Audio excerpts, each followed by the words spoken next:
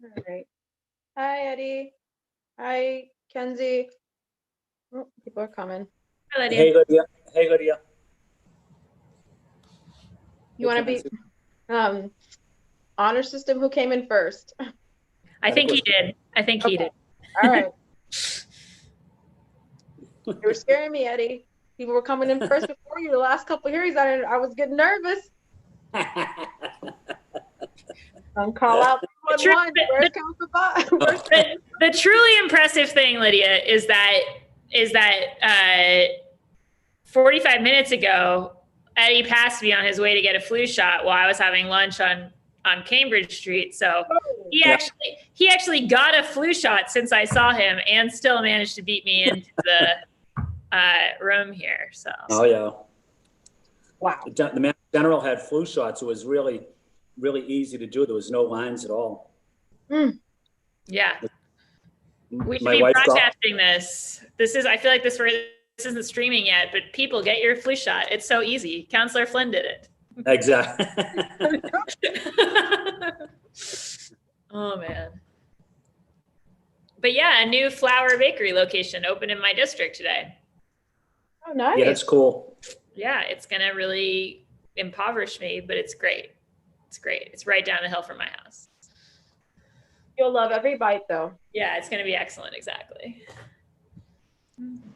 Yeah, the one in the South End does really well. Well, man, they sell great food, so. Yeah. Don't they have what you call a lot of gluten-free options? They do. Mm. They've got lots of gluten-free, lots of vegan. It's delicious. So yeah. Anyways, this has been an ad for Flour Bakery. You get commission? Absolutely not. You get a free sample every now and then. Yeah. No, not even that. We all follow those ethics rules strictly.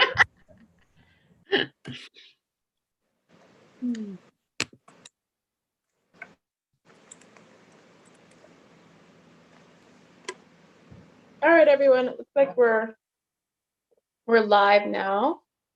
I'm just making sure I check in on participants. Counselor Braden has joined us.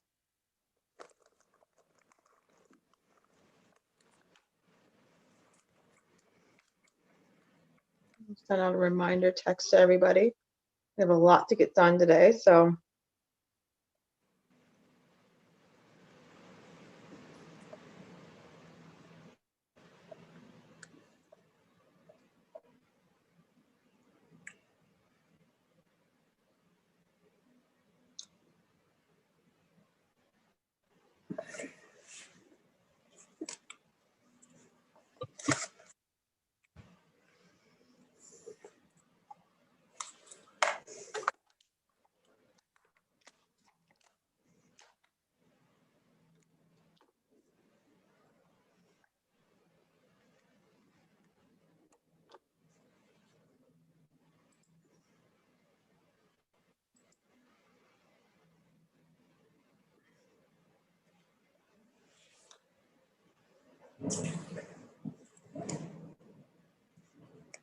We just sent a message to our colleagues. We had about 16 people in the waiting room. We're going to move over, representing advocates, BPDA, and also folks from the developer community. For my colleagues, that before we get started, we have at minimum 1, 2, 3, 4, 5, 6 documents to kind of present to the community. And so what I'd hope to do is go through each one, open up a document that you've received, and it's the time for the community to respond to kind of what's before them, and really let them have that moment to say what they like, what they don't like, ask any questions that they have. And of course, we would go through our round, but really this is a working session centered on those who are going to be impacted by this. If that's okay with, so I'm going to be centering the voices of the folks in the community this working session, of course, and updating my colleagues with it and answering any questions they have. Sounds good. I've really appreciated the opportunity to discuss a bunch of these documents with you and the BPDA. So I think that makes good sense as an order of operations. Waiting for folks to get let in. I am, for some reason, I'm not seeing myself, but can you see me? Yep, we can see you. Okay. I cannot see me, which is pretty good. You're wearing purple. Okay. So you're not colorblind, Kenzie. Anything else that you can see? Glasses, not glasses. Let's see. I'm not getting like all the folks that are on here. Okay.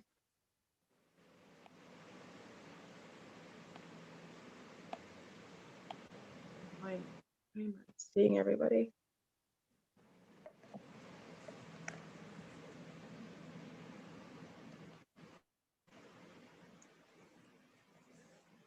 Nothing.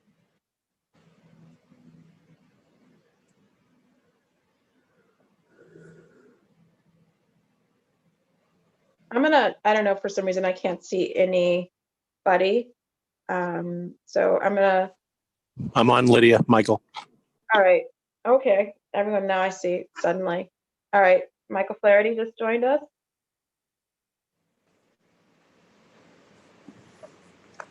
Everyone's coming in. All right. So I'm here, Madam Chair, Frank. Councilor Baker's here. Thank you.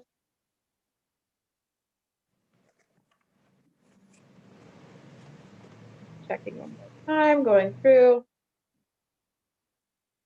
All right, I'm going to go ahead and start this working session. Councilor Edwards, I think Matthew is from BPDA Research.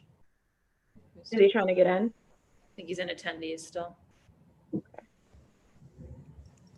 Candace, if you could go ahead and let him in.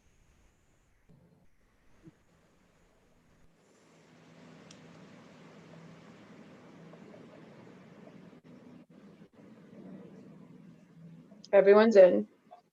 Excellent. All right. Good afternoon, everyone. I'm City Councilor Lydia Edwards, Chair of the Committee on Government Operations.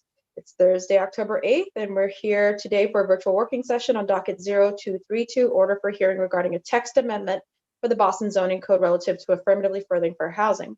I'm the sponsor of this matter, and it was referred to the committee on January 29th. The committee held working sessions on this matter on February 27th, April 22nd, June 19th, and July 14th. These were all publicly available and noticed for all to participate in. In accordance with Governor Baker's March 12th executive order, we are modifying our meetings to acknowledge the public health crisis that we're in, but also to allow us to do our jobs. The public may watch this meeting via live stream at www.boston.gov/city-council-TV. Will also be rebroadcasted at a later date on Comcast 8, RCN 82, Verizon 1964. Written comments may be sent to the committee email at ccc.go@boston.gov and will be made a part of the record and available to all councilors. At the previous working sessions, the committee discussed the intent of the proposal, which is essentially to ingrain equity and equity analysis in our planning process.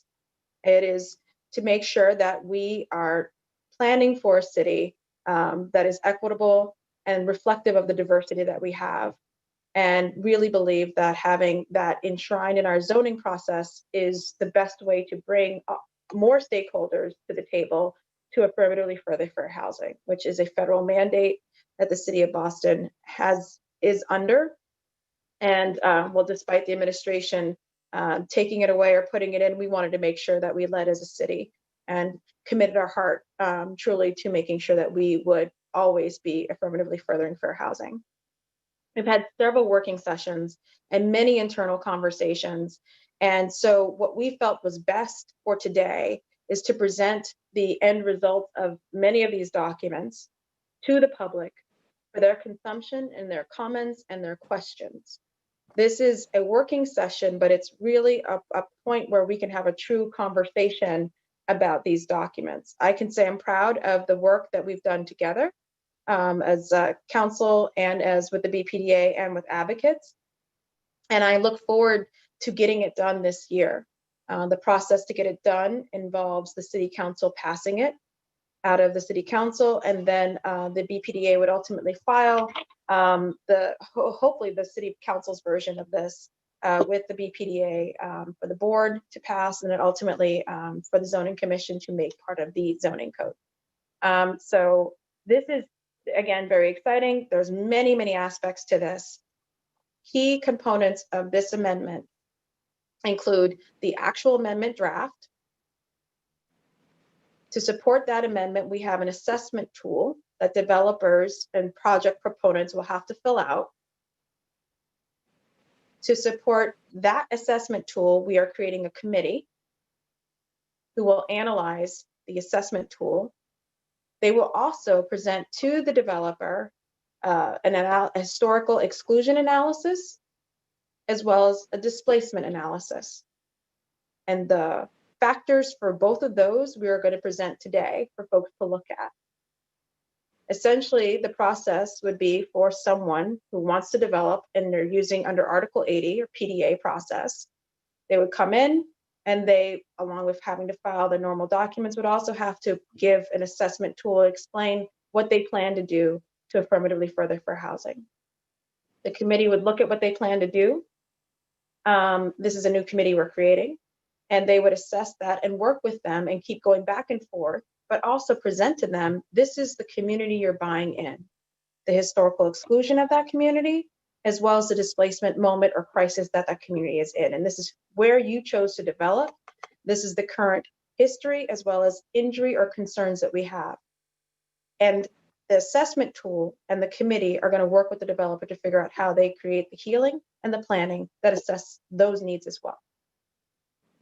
Ultimately, the developer will be able to move on from with the committee making a recommendation.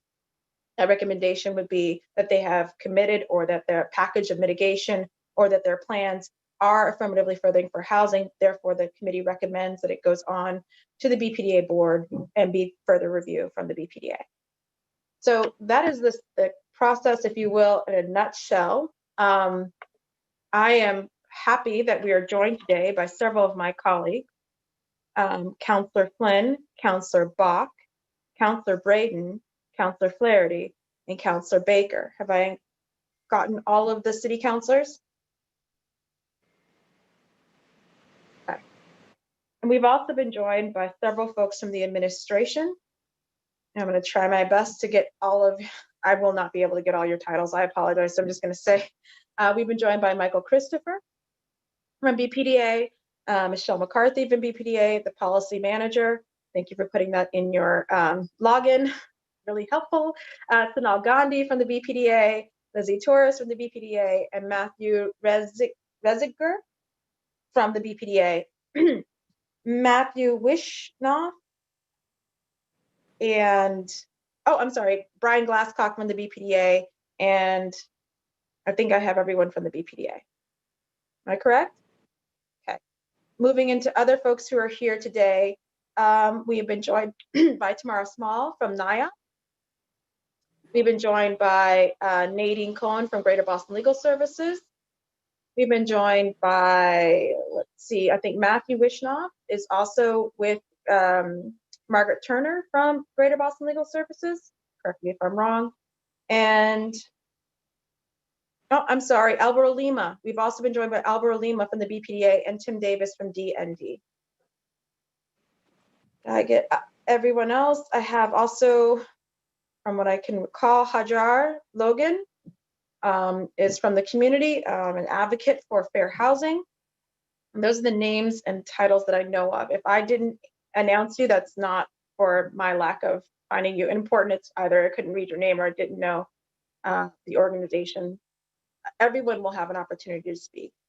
And this is, again, an opportunity for the community to respond to the proposed amendment and the supporting documents in committee. We will take each document and we will go through. Council can ask whatever questions or thoughts, and then we will go right down the list of folks who may have questions or thoughts or suggestions. So I want to thank NIOP and Margaret Turner both actually turned in written kind of suggestions. So we might lead off with you guys kind of breaking down your thoughts on the amendment first. Okay. So for my colleagues, if you have any brief opening remarks, I will go in order of arrival. Councillor Flynn.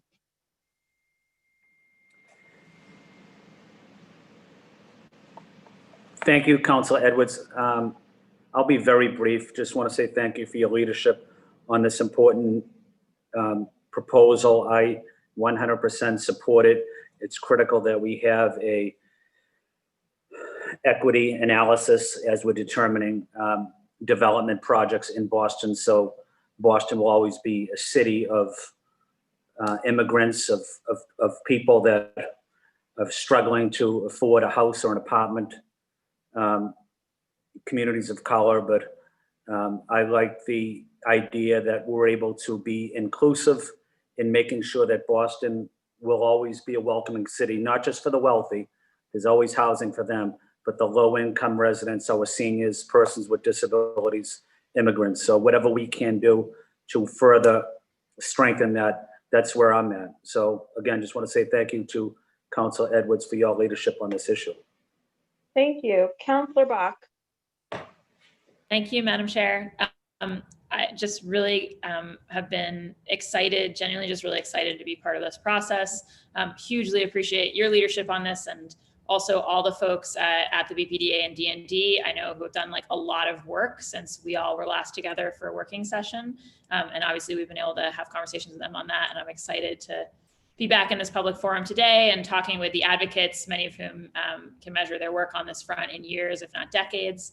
And I really think that it's exciting in Boston at a time where the national government is going in a direction against fair housing, for us to be going in the opposite direction, to be actively talking about what it means to make the city's obligation, both legal and moral, to affirmatively further fair housing into something real. And then also to go down to brass tacks and say, okay, well, that's like a nice idea, but really, like, what does it mean for it to be real? What does it mean for it to be implementable and just consistent, something that we can really build into all of our processes? So I really appreciate the opportunity to work together with BPDA and D&D and your office and all the advocates on this. And I'm excited for the conversation today. So thanks so much. Thank you. Councillor Braden. Thank you, Madam Chair. I want to thank you for your leadership on this very important issue. It has been a long time coming, and I hope that we can advance this to its conclusion and make it a way that we evaluate fair housing in the city and use it as a tool to help us be a more equitable and inclusive city across in all of our neighborhoods across the city. So thank you so much. Thank you to everyone from the administration for being here today, and thanks for all the great work that you're doing. Thank you. Thank you. Councillor Flaherty.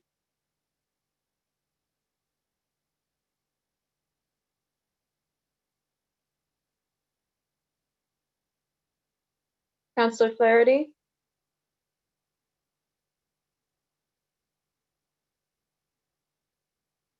Might have some technical difficulties. Councillor Baker.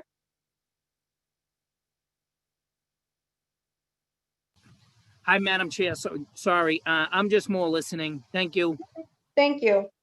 Very well. So to get down to work, because this is a working session, I'm going to have folks who have gotten the documents, including my colleagues, to pull up document number 2. That is the clean draft of the text amendment for discussion. As I mentioned before, NIOP and GBLS had submitted some written suggestions. I can check really quick with my colleagues if you would raise your hands if you have any suggestions or questions.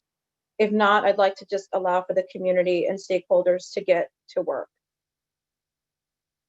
Going once. Twice, 3 times. Okay.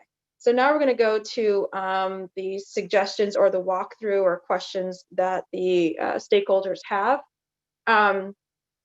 Since we really appreciate NIOP being here today and we haven't heard from them in previous working sessions, Tamara, if you want to go ahead and kind of explain who NIOP is and then go right to the amendment, I'd appreciate that.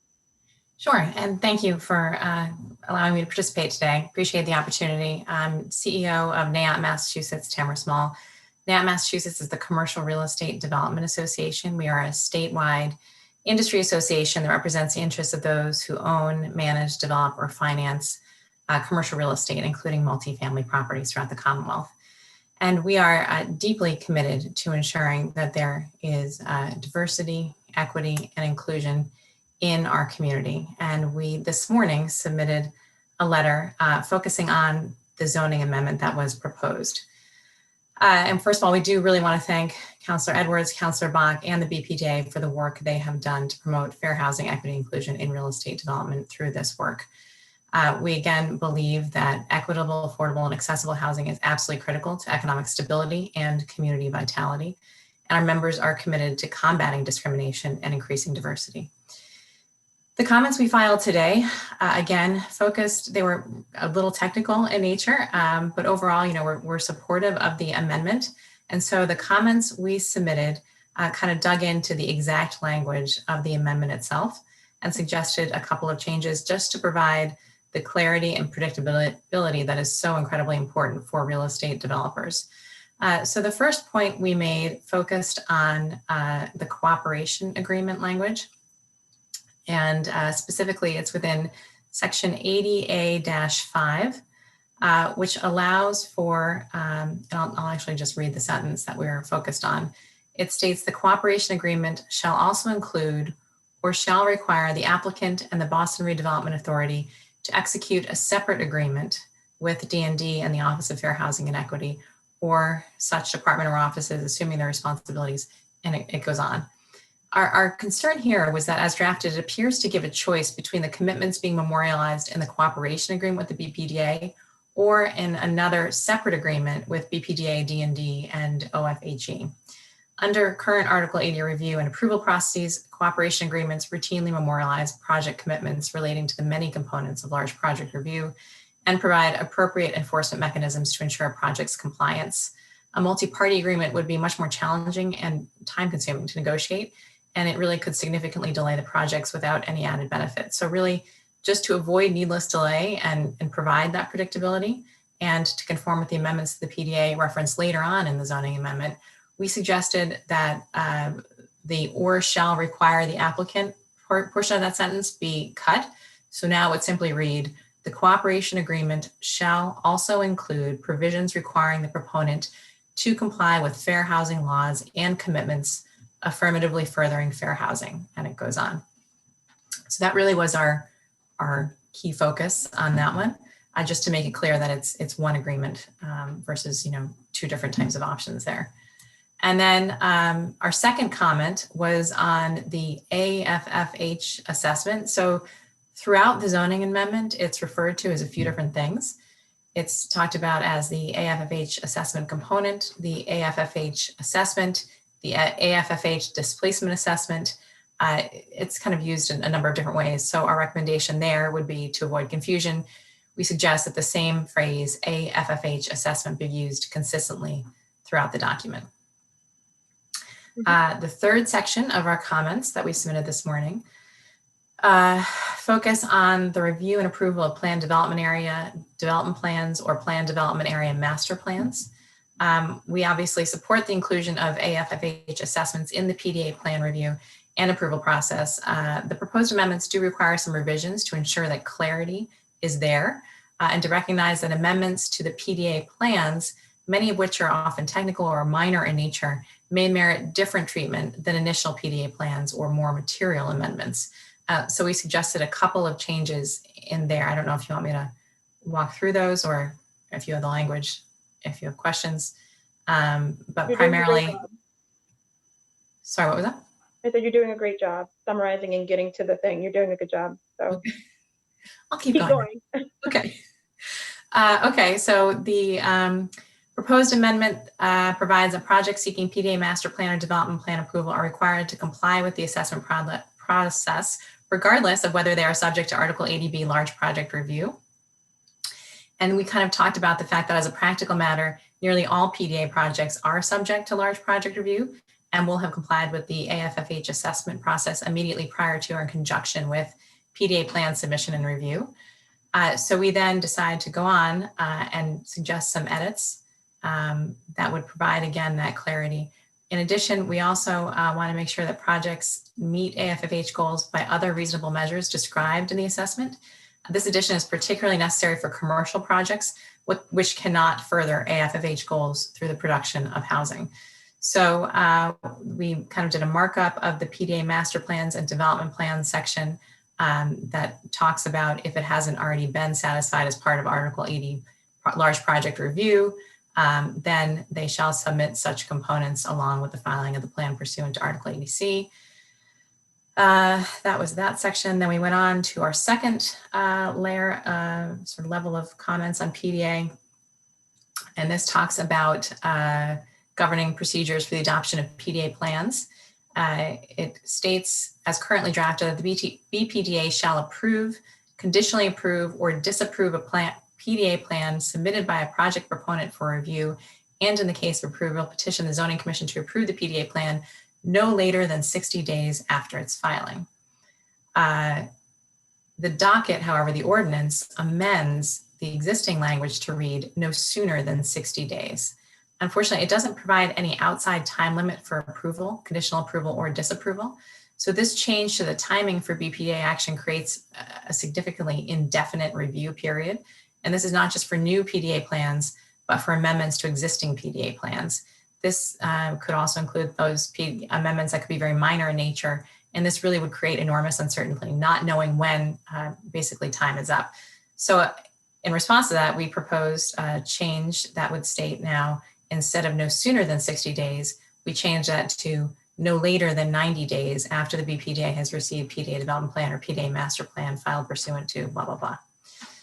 So that was that one. And then moving on, we talk about amending section 80C-7, amendment of plan development area plans.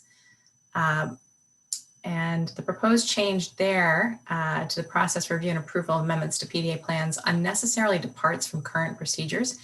It mandates that an AFFH assessment review that may be inappropriate for some PDA plan amendments, especially minor ones. PDA plans are project specific, so while the BPDA may assess whether a PDA plan amendment sufficiently addresses the AFFH component of Article 80B and Article 80C review and may conditionally approve such an amendment, the BPDA would not offer further amendment to proponent's PDA plan amendment. As noted above, section 80C-7 should also allow amendments to PDA plans that are minor in nature and thus do not merit extensive BPDA or community deliberations to proceed sooner than 90 days. So we did again here, provide a bit of a red line to address those points. And then our final comment in our comment letter deals with the idea of a transition period. So before projects can comply with the zoning amendment required that we're discussing today, the BPDA, along with D&D and other city agencies, will need to finalize the assessment tools and the review procedures and submittal requirements and take other steps contemplated by this new component of the Article 80 review process. In order to allow projects in various stages of the review process to continue to move forward, the zoning amendment should contain transition provisions stating that the new requirements will apply to projects filing a letter of intent under Article 80B after the zoning amendment and the other key documents required to implement the assessment process are finalized and approved by the BPDA and Zoning Commission as applicable. And those are really our key comments there. So I think about 6 different things that we highlighted in there. Some, kind of wordsmithing and some a little bit more detailed, and all with the ultimate goal of providing the predictability and clarity that's so very important to create the housing we very much need here in the city of Boston. So with that, I just want to thank all of you for the opportunity to speak today, and certainly happy to answer any questions. Thank you. And for those who just joined, we've been joined by Councilor O'Malley, Councilor Mejia. And for those councilors that just joined, we are on document number 2, which is looking at the amendment right now. We've also now just been joined by Councilor Janey. For those who are again just joining, you just heard from Naya and their thoughts on document number 2, which is the actual zoning amendment language. Our goal today is to have community members and stakeholders respond to and tell us their concerns or ask questions or give suggestions for documents that we've been working on for the better part of this entire year. So, so with that being said, there had been 2 organizations that submitted suggestions, and I just had NIAP go through theirs. And I'm going to have GBLS go through their suggestions. Again, just for the amendment. We're only talking about the actual zoning amendment right now. For my colleagues that just joined, Councilor O'Malley, Councilor Mejia, and Councilor Janey, knowing the goal today is to really hear from the stakeholders and their suggestions, I'm still wanting to hear, or I'm opening the floor for you to do any brief opening remarks, if you would like to. Okay. Not hearing from Councilor O'Malley. Councilor Mejia. And Councilor Janey. Okay, then, so we're gonna just go ahead and let GBLS also give its suggestions, ask its I'm questions. good, Madam Chair. Thank you so much. I'm good. Thank you. I want to hear from the advocates. Go ahead. As do I. Apologize, Madam Chair. I stepped out to get a tea, but thank you. Please proceed. No Yeah. problem. Councilor Edwards, me too. I'm here to listen. No. Thank you so much. Margaret Monsell from GBLS, Margaret Nadine. Thank you so much for the opportunity to give our suggestions on the language on the AFFH text amendment. Greater Boston Legal Services represents low-income residents throughout the Boston area, and we work especially on combating issues related to displacement and opening up opportunities for low-income residents to live in neighborhoods throughout the city and work with groups on fair housing issues. And many of the groups are represented here today, and we so much appreciate all of their hard work, and also Councilor Edwards and the City Council's hard work on this set of issues, which is extremely important. So just to go through comments that we submitted, and we'll submit the comments more formally. Of course, we're here because the Title VI of the Fair Housing Act includes the requirement of affirmatively furthering fair housing that was required of HUD and also of municipalities and other laws. And the initial comment is that the original draft of the AFFH zoning text amendment used the definition of affirmatively furthering fair housing that was developed during the Obama administration. And in this draft, some additional language has been added. The Obama administration language ends at the word opportunity, which is in the 7th line. And the reason for sticking with the Obama administration definition of affirmatively furthering fair housing is that those words had never been defined administratively before. The Obama administration recruited some very wonderful nationally known fair housing experts who looked through decades of fair housing law to develop this definition, and got comments from folks across the country. And we think it's the definitive definition of affirmatively furthering fair housing, and adding additional language that maybe talks about some pieces of fair housing or might not quite get it right will diminish the definition. So we're asking that in that definition, the language after the word opportunity in the 7th line be taken out. That has to do more with how the city is going to be implementing affirmatively furthering fair housing, and so it's appropriate elsewhere in the draft. But the definition, we should stick with the the most definitive definition of affirmatively furthering fair housing. Then in the definition of meaningful actions, one thing we note that this text amendment talks about affirmatively furthering fair housing in zoning in the development process. It would be wonderful at some point that to have affirmatively furthering fair housing be more expansive and not just in the development process of zoning and be expanded otherwise, other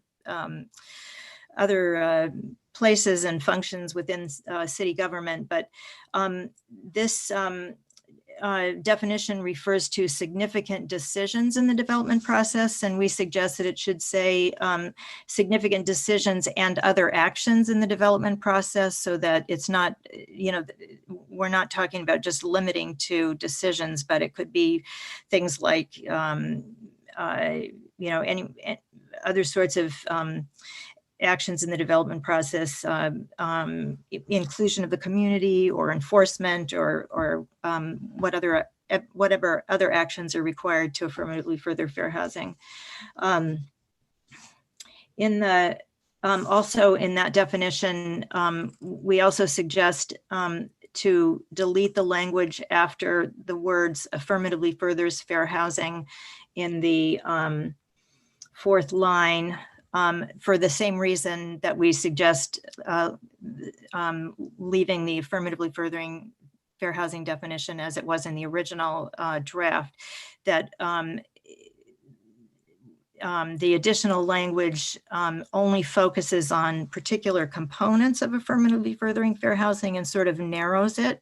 So we would prefer just to use the term affirmatively furthering fair housing with all of the components that entails.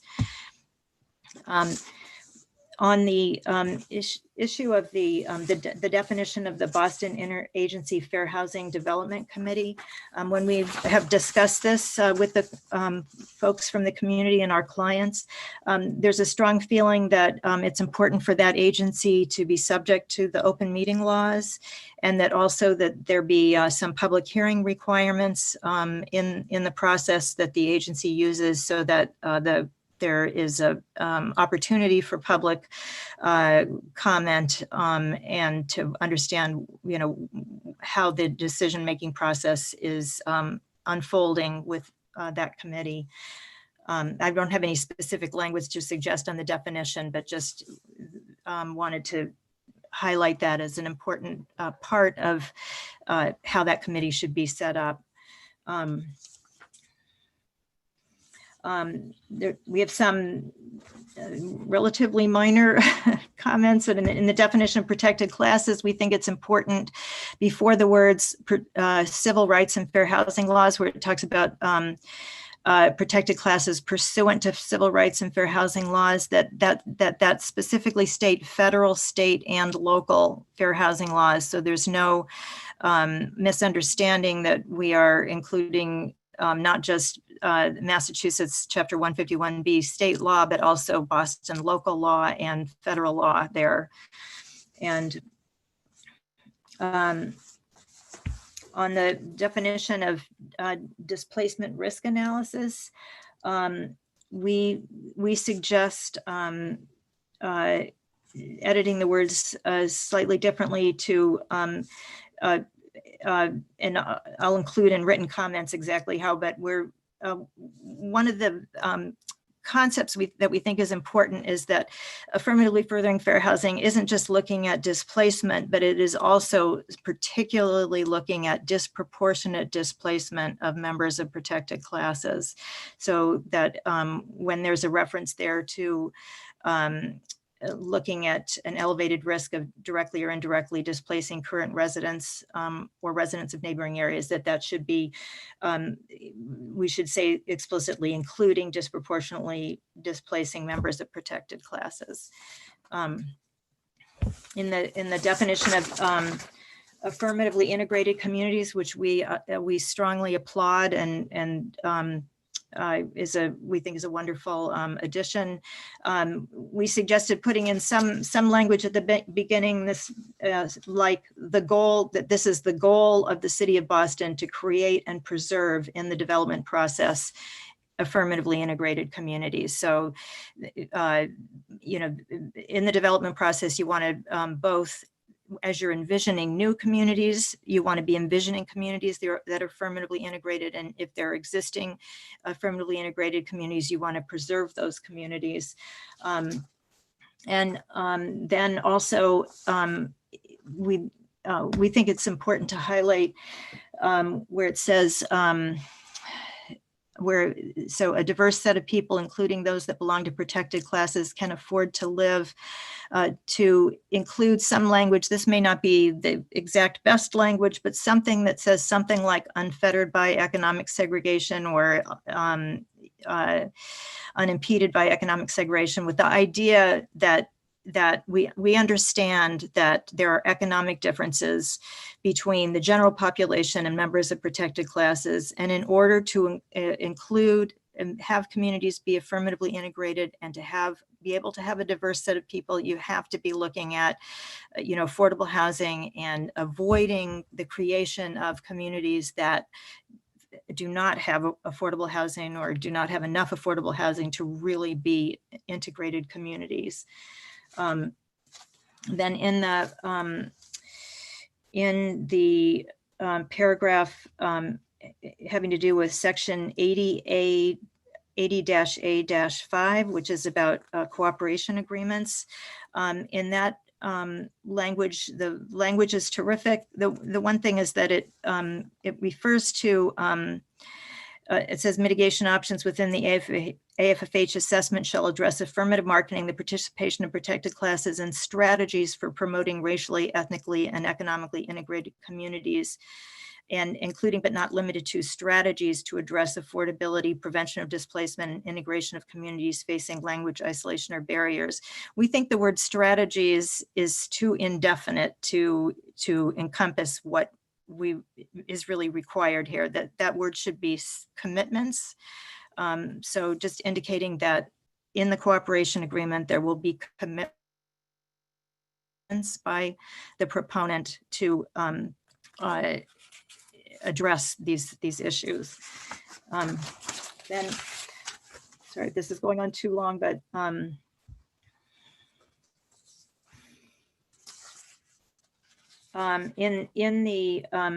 the section 80B3 that has to do with the AFFH assessment component, we thought that it was important to include the words, so it's in an effort to affirmatively further fair housing, address the risk of displacement and the historic exclusion of protected classes from particular neighborhoods, that it's important to include the words, including the potential for disproportionate displacement of members of protected classes, as well as the risk of perpetuating or creating segregation that excludes members of protected classes because of a failure to ensure economic integration and diversity. That we think it's important to capture those concepts in that paragraph. In various places, the draft talks about looking to the analysis of impediments for guidance. And we're just noting that analysis of impediments is historically the way the city has developed policies around affirmatively furthering fair housing. When the Obama administration created their new regulation, they created the requirement for a new document called an assessment of fair housing. And even though the Obama administration's regulation is unfortunately suspended and hopefully temporarily, the city has, to its very, very great credit, and the BPDA as well, has been working with community members to develop an assessment of fair housing. So we think the word assessment of fair housing should be included there, so that the end product assessment of fair housing also is looked to in the context of this process.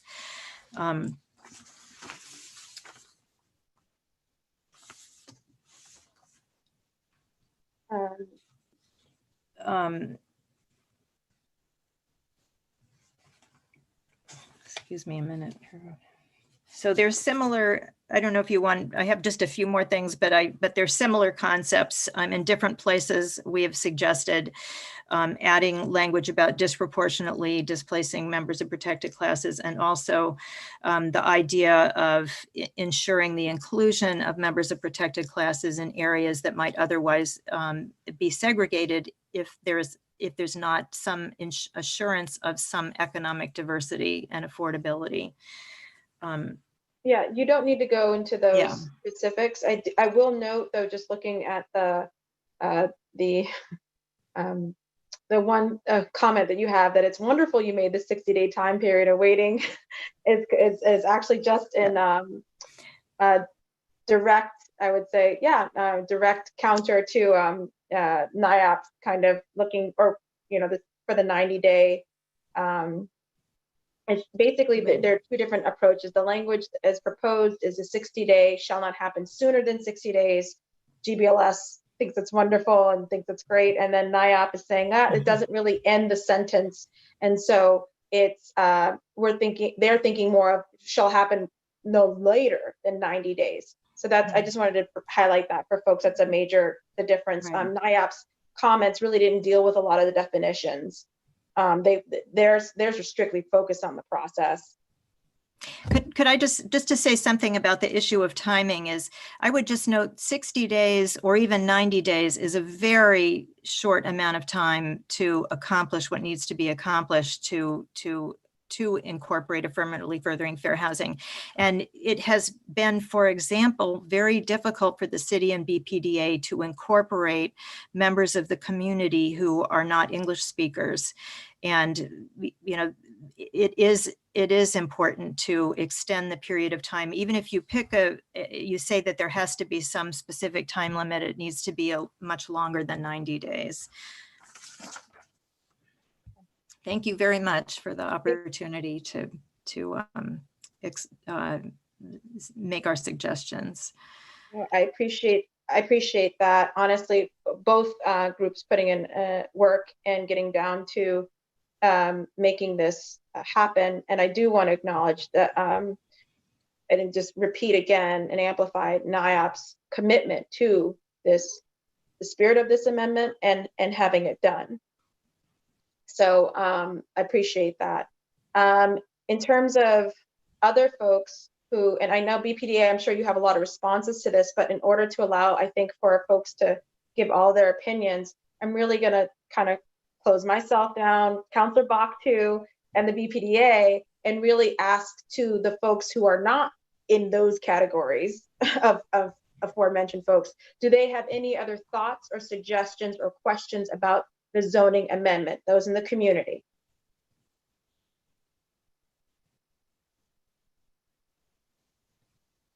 If not, go ahead, Nadine has something to say. Who? Nadine, please. I don't have specific comments, but I just really wanted to say that the city of Boston has this very unique opportunity to really be in the forefront of a city's obligations to affirmatively further fair housing. And I thank you, Councillor Edwards, for your leadership on this, and the other city councilors. And I really hope that we take this opportunity and do not have to face another community like the Seaport as we move forward. And this is something that could have lasting impact decades from now. So I just wanted to support the general concept. I think we could work out the language, and really applaud you all for moving forward with this. hello. This is Lincoln. Can you hear me? Yes, we can. Yeah, so would this be an opportunity to talk about, share a comment on the Boston Interagency Fair Housing Development Committee? Not yet, Okay, just the all right. amendment. Okay, thanks. So any other, and again, this is not a final moment. This is just for this conversation to move it along. You can always submit via writing. You can always contact my office. and we will have a one-on-one with whomever would like to have a further breakdown. We definitely could explain even more in terms of what went into our thought process and what issues we're trying to deal with. So happy to do that on a one-on-one as well. But just for this particular open meeting to allow for all thoughts to be on the table, I'm going to have to keep us moving through the documents. So with that being said, the document that I think has attracted the most community suggestion and community thoughts has been the assessment tool, which is document number 3.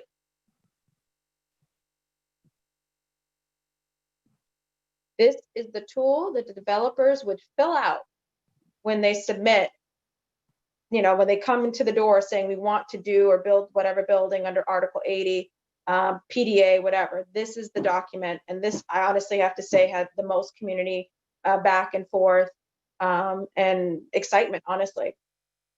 So I'm happy to go through the order, or if anybody, first of all, I will again open up to my colleagues. City Council, again, we're prioritizing the group of the community, the voice of the community, but if any of them have something to say right now. I see you, Hajar, but I'm just making sure the counselors, okay. Julia Mejia has something to say. No, I have, it's a question. I'm trying to be really mindful of the space that I'm in.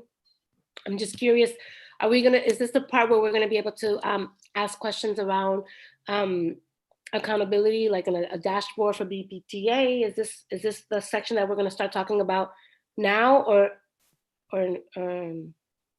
not? I'm just curious. We're not going to talk about that right now. I will put a pin in that to talk about once we've gone through the documents and suggestions such as that for accountability. Is that okay? Yeah, no, I just want to make sure that I want to be appropriate. I appreciate that. I will put that down to discuss the dashboard. Very well. Okay, so going in for the advocates that are here, again, dealing with this particular document, you're free to raise your blue hands. And I saw Hajar raise her physical hand. And I know, Tamara, you said you had some thoughts in a previous email about the assessment tool, or NIOP did? No? We will, yeah. I think today we just focused. You will. You don't have them now. That's fine. We just focused our comments on the amendment, but we'll get written comments too on the other stuff. Okay, thank you very much. So Hajar, I'll start with you and everybody else who has a written or has a thought right now, again, about this tool. Before you go, let me break it very quickly down. This is a tool that we use by developers to explain who they are, how they're approaching the community, and how they are going to affirmatively further fair housing. This tool is necessary to have it all in writing. I also think it's a guiding tool for a lot of developers who may not know, honestly, how to do this and have not asked themselves these questions about were their tenants there before, how were they asked to leave, did they leave forcibly through eviction, how has their process helped or not helped people stay in the community. It looks at commercial displacement. It looks at all sorts of ways in which they're basically asked to help heal. Along with this document, when this is returned, they will be getting an assessment, and we'll look at this, the historic exclusion and also displacement. But right now, this is kind of the survey given to the developers that they will respond to. Okay, so Hajar, you had some thoughts. I did. I wanted to know if we could look at the intervention tools later on in the I discussion cannot barely hear you. I barely hear you. I wanted to know if we could look at the intervention tools in document number 4, I think it's 4, later on in our conversation as well. Oh, yeah, absolutely. Okay. That will come up with the committee discussion. Committee and intervention tools will come up together. Okay, thank you. You're welcome. Okay, so it's document number 3, right? Correct. And so I just wanted to look at section 2E. 2E. So I just wanted to ask if we could look at when leases or tenant at will agreements, which ones of those exist at the time of purchase, particularly looking at tenant at will agreements. And then the second is number 2 from the bottom, so number 2 from F.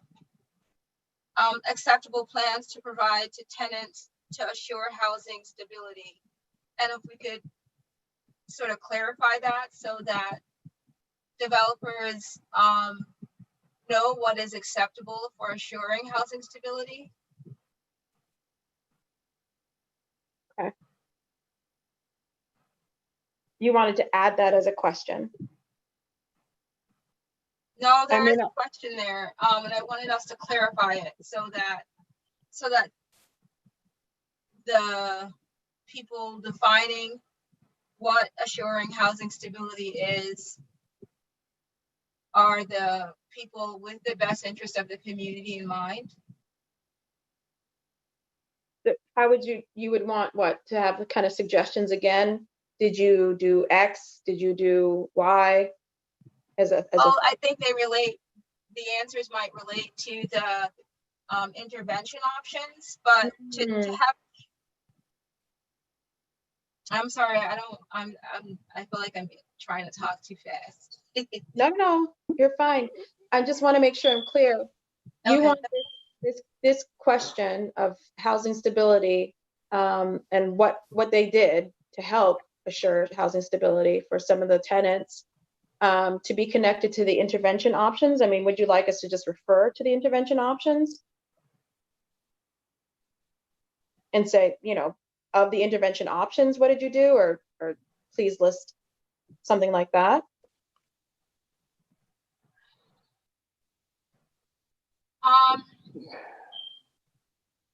Yeah, I think we need to provide developers with a narrower set of tools that they could use to provide suitable intervention options for housing stability.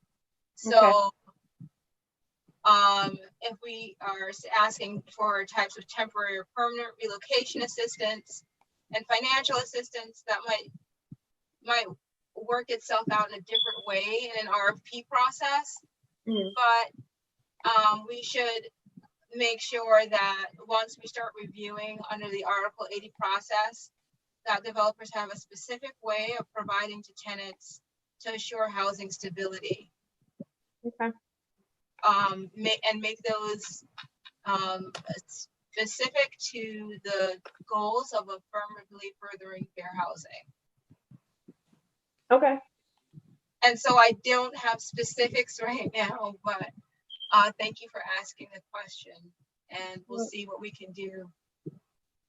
Absolutely. I see Margaret's raised her hand, and anyone else from before I get to Margaret for your second comment, Margaret, I'm just making sure someone who hasn't spoken first at all may ask questions as well. Okay, go ahead, Margaret. Oh, and then Kathy, and then Margaret. Kathy? Yeah, I just want to say something general, I think, which I'm not supposed to say, but I'm going to. This is just a really important tool. And I am just really thrilled about this tool and this whole process, and just feel so hopeful. And we're, the Affirmatively Furthering Fair Housing Community Advisory Committee are, working closely and really going through these documents, and, appreciate Margaret's point by point. And we are definitely, giving comments more specific.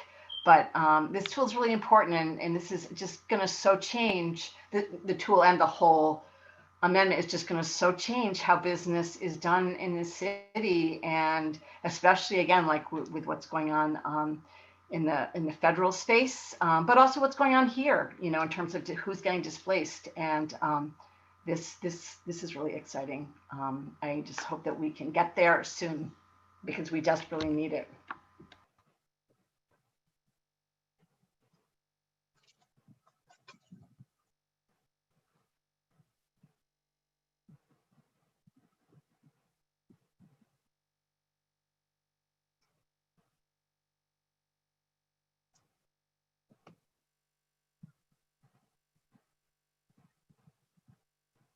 Hello? Is it just me, or is it frozen? It just seems very quiet. Yeah. Oh, okay. I didn't know if it was just me. Yeah, it's not frozen, but it is quiet. Yeah. Councilor Edwards, you're still muted. Oh, okay. You're muted. I think we've solved all the problems. It seems like. No, I think Councilor Edwards. I get it. Yeah, no, it was me. I'm the problem. I got it. Yeah. Sorry about that. Margaret, you had raised your hand about the assessment tool, and I wanted to pass it to you. Okay, I'm sorry. I just wanted to emphasize that I think in section 3 on promoting an affirmatively integrated community, that inclusionary development units is not the only way to do that. It is a super important strategy and policy and program to be developed. But at the same time, especially when you're talking about a very large piece of land being developed, that it would be really wonderful to encourage partnerships between, for-profit residential developers and land trusts, or nonprofit affordable housing developers, or to have, for-profit residential developers get into the business of developing affordable housing, so that, not only are we using inclusionary development, but we're also using other resources like tax credits, tax exempt bond financing, Section 8 or others, MRVP, other subsidies. And so I think that should be included there. And I know in some situations the project is not large enough to do that, but it should be something that's always thought of. How can we increase the amount of affordability even beyond what's required in inclusionary development?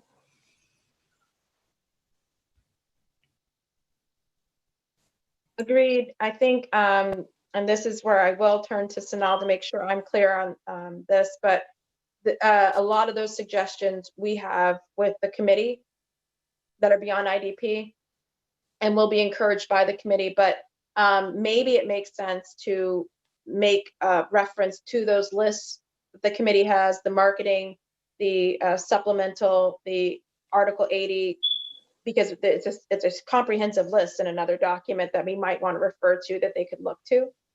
Yeah, no, I think that's a really good suggestion, because I think the package of documents all ties together. So if we have some redundancy, we have some redundancy, but as long as they're all consistent, I think that makes a lot of sense. Absolutely. Because if you see one document without the other, it feels disjointed, but together, even if it's repetitive, I think it's helpful to have it there. So we were being very disciplined and kind of keeping things, and this is the question, but now that we have kind of the big collection of stuff, we can start cross-referencing. Yeah, that makes sense. Great, and I think you'll be very excited. Many of the advocates will, from the robust list of things we're coming up with, and to know beyond, and just for everyone's education, beyond the housing, the amendment text, these documents are intended to be living documents, right? So we expect them to change and grow, and for thought processes to be put into these documents that we're discussing now. These are aids and assessment tools that we expect, like any other tool, will use modern day science, assessment, and understanding of equity, and it will change. The amendment is what's going into the law, but these tools, we expect community and people that they're going to be living documents. Am I correct, Sanal? My summary? Okay. All right. So yes, Nadine. I just had one question. In section 2, addressing displacement, we ask, are occupants or tenants currently inhabiting any building on the project site? And I wonder if we shouldn't be asking there whether any of those are affordable housing units and what the racial composition of those units are. Because if we're talking about addressing displacement, I think we would want to know that. I know later on in the residential unit details, we asked for the racial, ethnic, and economic characteristics for the census tract, but I wonder if we should ask if it is an occupied project site, whether those are affordable units and who's living there. Okay, so again, so just adding some more demographic detail to that question. And obviously, if the units are affordable, deed restricted, so on and so forth, that makes sense. Okay.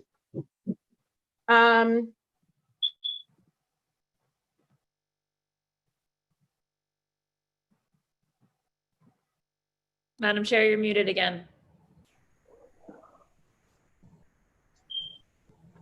Just testing to make sure you understood how Zoom worked.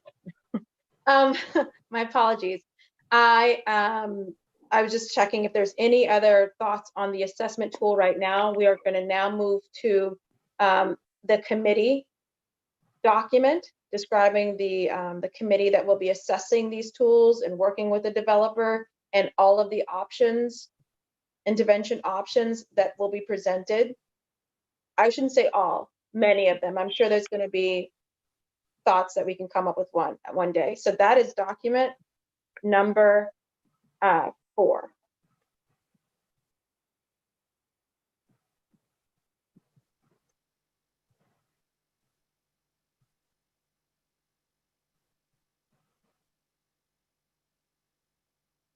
If folks have that up, you will see in this document, it describes essentially the process, kind of outlines it to give everyone kind of a 30,000-foot view for how this will go through. I want folks to zero in specifically on the BIFDC review. That's what's really new. And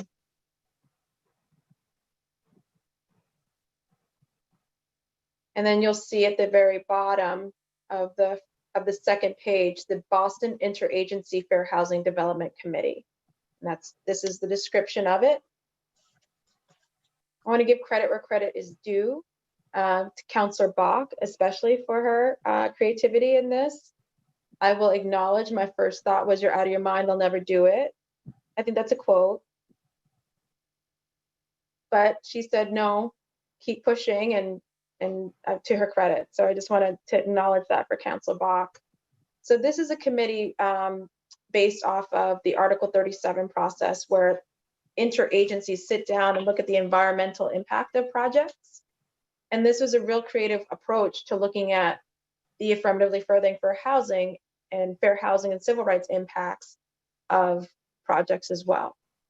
You will see that the agency is comprised of representatives from the Office of Fair Housing and Equity, Department of DND, the Mayor's Commission with Persons with Disabilities, the BPDA, BHA. It will be eventually including the Office of Equity as soon as that office is formally ratified and becomes a formal part of the city government, which requires the mayor to send that office over to the city council so that we can go ahead and make that office real. But we look forward to it being included in here as well. So that's the committee. And then you have certain recommendations and thoughts the committee will look at. But essentially, this is not a vote. And I want that to be clear, because a lot of advocates thought this was a committee that's going to take a separate vote and say pass, not pass. This is a process and a conversation. Ultimately, the committee makes a recommendation to go forward, or it doesn't, depending on how the back and forth goes with the developer. It requires them to work, just like the Committee for Environment would require them to work. And the list of options then that they can choose from and think about would be on page 4 and page 5.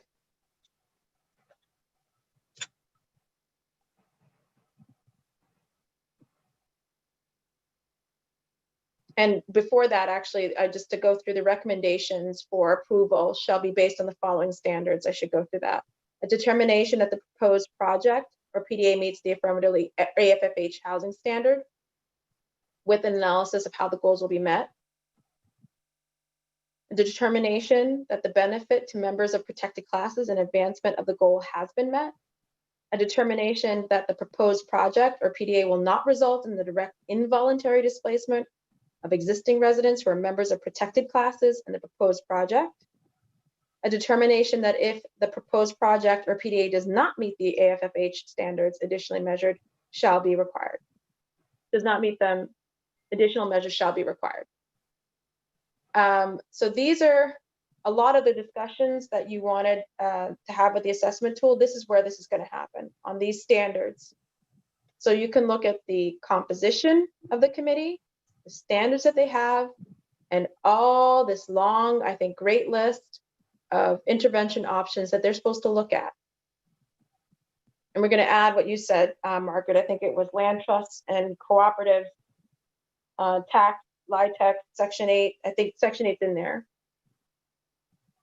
We have Article 80 process, and we divided these buckets are just based off of how we thought they seemed to be best in terms of grouping.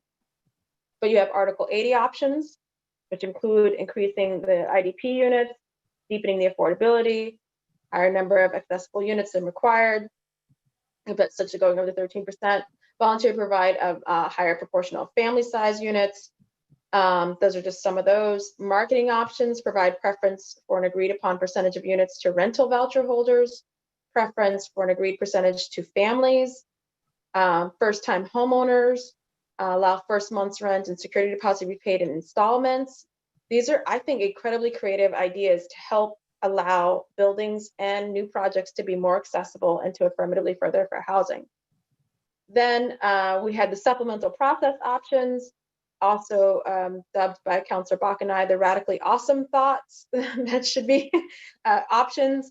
Establish a local housing stabilization fund, voluntarily deed units the right of first refusal, voluntarily subsequent owner transfer fee agreement, so that if they sell the buildings on, that they would agree to a transfer fee.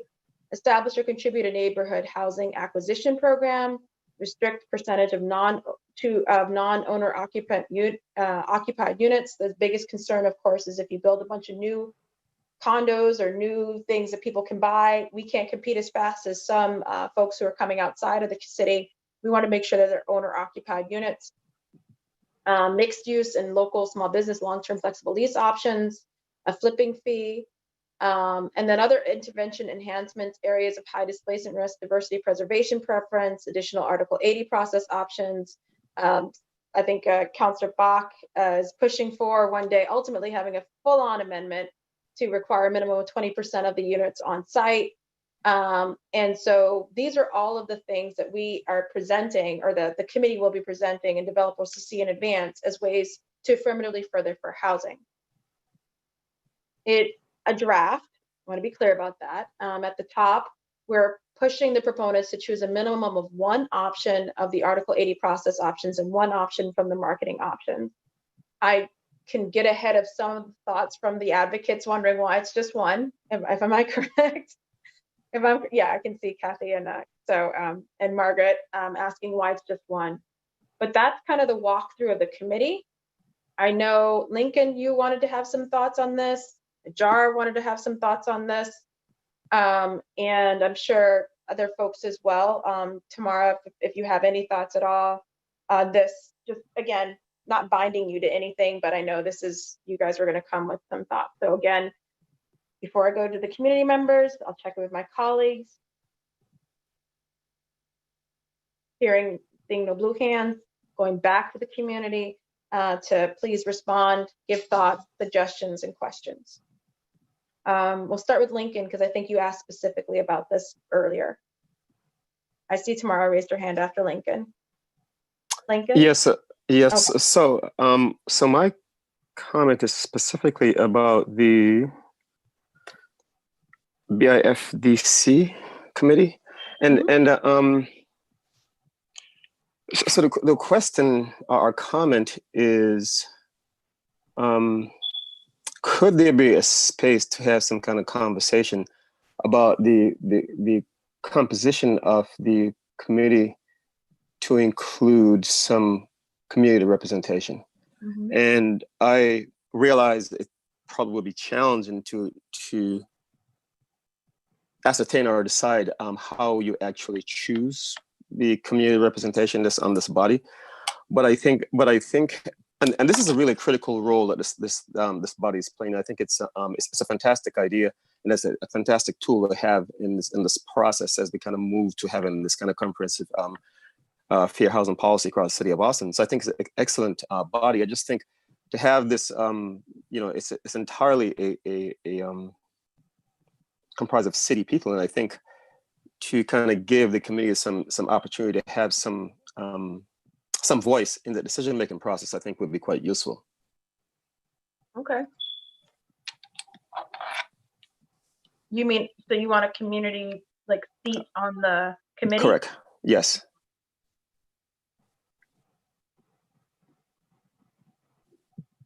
One of the thoughts suggested in GBLS's memo was open meeting, or that the meetings would be accessible by the public, and also that there would be a hearing or a presentation of the end results, so that at least the public could be part of this process. I just want to echo that. That was in Margaret's memo. All right. I think acknowledging it's probably hard to balance who in the community. That would be a challenge. I agree. I still think it's worth having a conversation about, but I agree that would be a challenge. Fair enough. Tamara, or I'm sorry, Lincoln, was that it? Yes. Okay, Tamara. Okay, so just a quick question, actually more of a comment on the Article 80 options that are listed. So right now, most of those really would apply to residential projects. So one recommendation might be to add some options for commercial, recognizing that there is that other option bullet there. But if there's anything there that might make sense, that could be one idea. And then I just wanted to get a better sense of the supplemental process options and the intervention enhancements. So how and when would those apply or work, or is that if you're in an area of high displacement, or what does that mean exactly? The goal was for us to give even more options that I think that go above and beyond what is thought of right now. And a lot of these things are not requirements, because the laws either haven't passed at the State House, but have been marked as ideas that people really felt would be helpful to prevent displacement and create funds. And so putting it out there that if a developer is willing to do a transfer fee on its PDA, or on his or her PDA, or restrict the number of non-owner occupied units, we understand that that's going way above and beyond. But to put that out there as an option for them to volunteer to do, I hope the committee weighs that and sees how much further the developer is going than say other folks are. Same for the intervention enhancements. This is looking at, especially when you're marked in a high displacement risk area, if you're in a high historical exclusion area, to really kind of hone in your responses. I had actually, for folks' education, we had spoken with some stakeholders in the development community before, and part of that conversation was saying this is part of their process of bringing them to the table to also help our communities heal as well. And so this was bringing them in an organized way, we felt, to help prevent displacement. All of us have a part to play in affirmatively furthering fair housing. So this is helpful, we think, in helping them perform their part. Any other questions, Tamara? Just on the Article 80 options, again, just the recommendation to add maybe a couple things specific to commercial if possible, but that's it. Okay. And like I said, we'll be submitting detailed comments on everything in the coming weeks. Thank you. Hajar?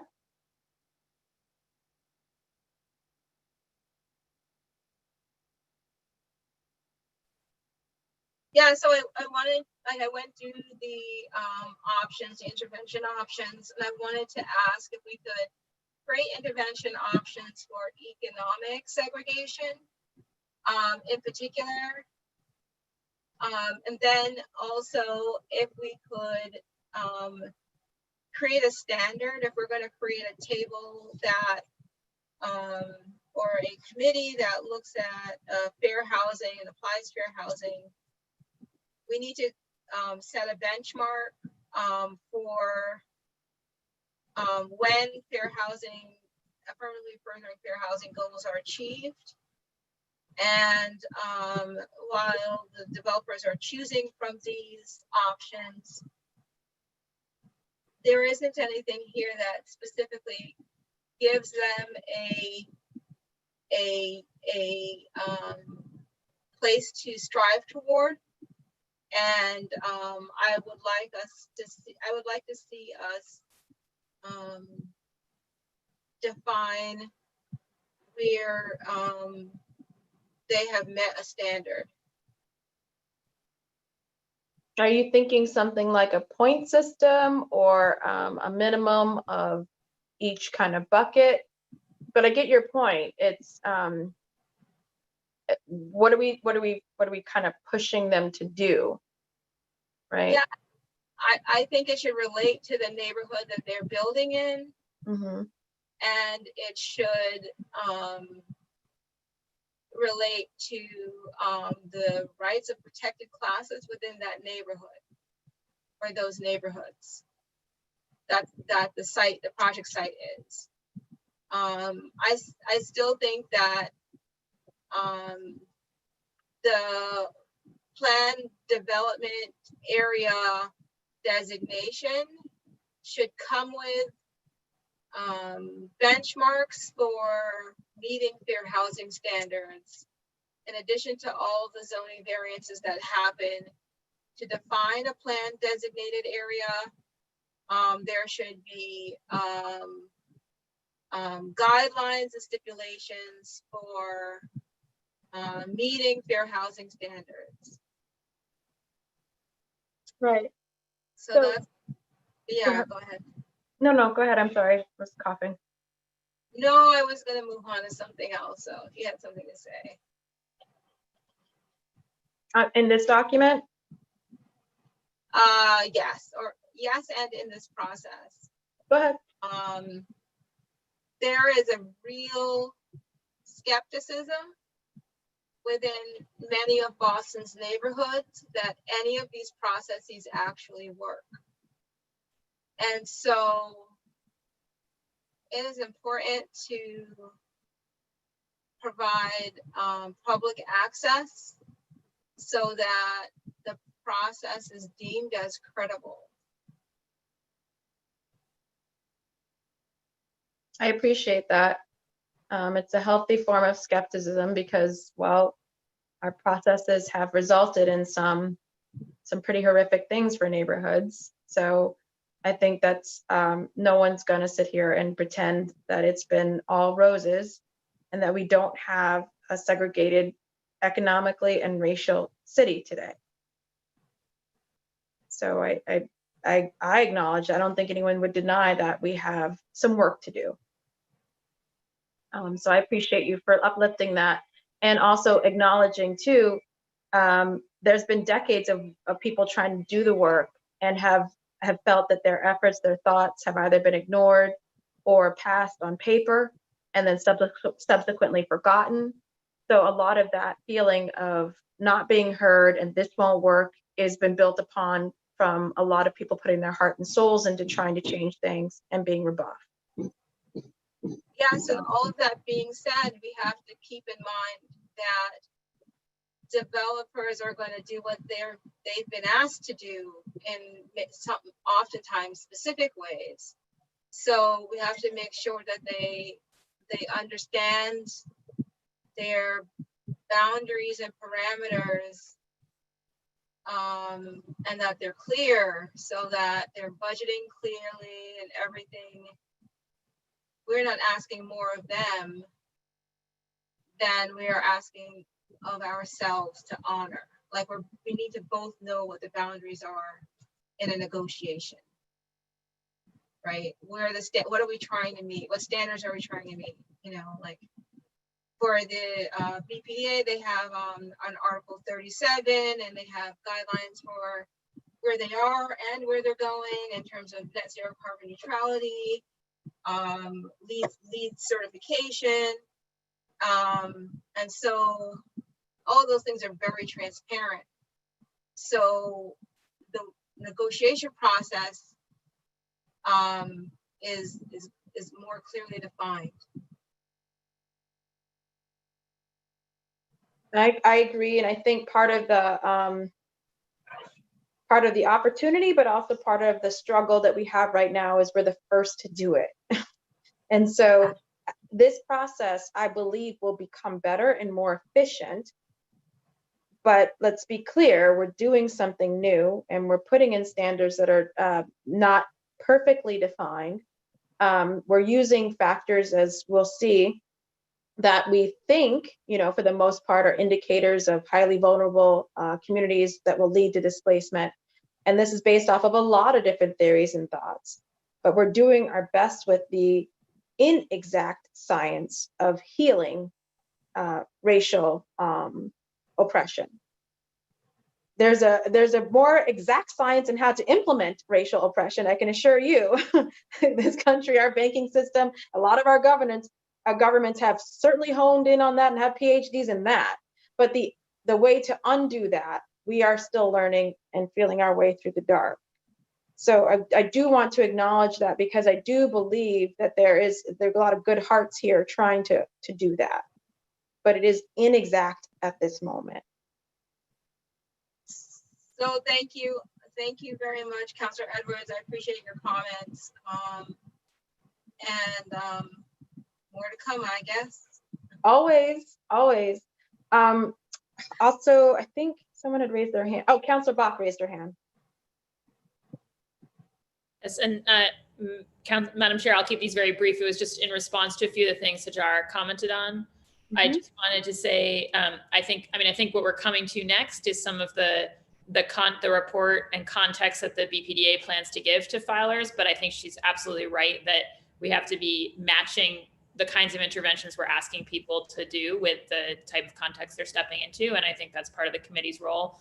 I also think it is part of the committee's role to ask folks to scale up what they're doing depending on the scale of the project. And as you alluded to, I'm strongly of the mind that we should just be making 20% of IDP the minimum for planned development areas where we're typically creating a lot of value through the upzoning of a large area. I've expressed that, I'm expressing that again now strongly. I've expressed that to the BPDA and to others. But I think the point that, of course, we need to be doing this and the committee needs to see it as its charge to do this, where, like, in the context of both where the project is and the scale of the project is important.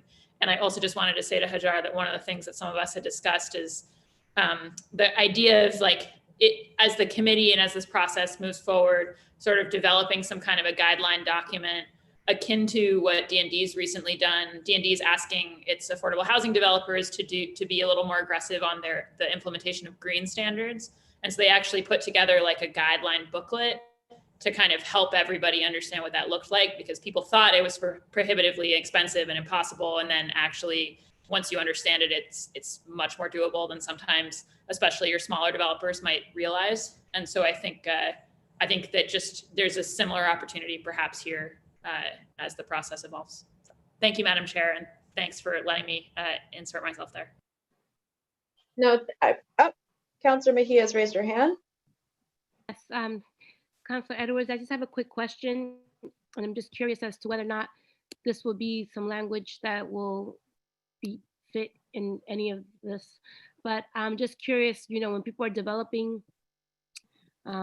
housing in our neighborhoods, oftentimes the people who live on a certain block, the property taxes increase for those folks who are living in the area.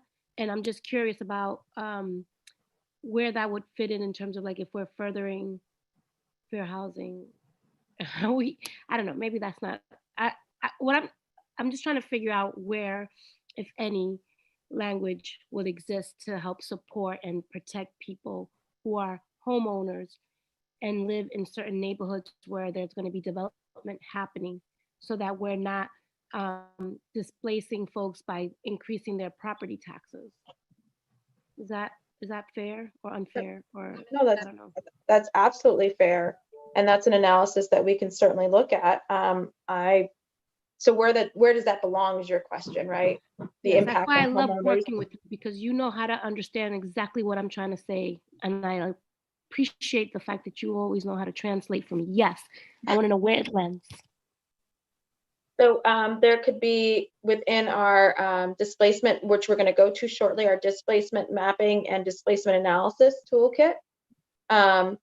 Looking at either of those, home ownership, an increase in property taxes and value on existing homeowners.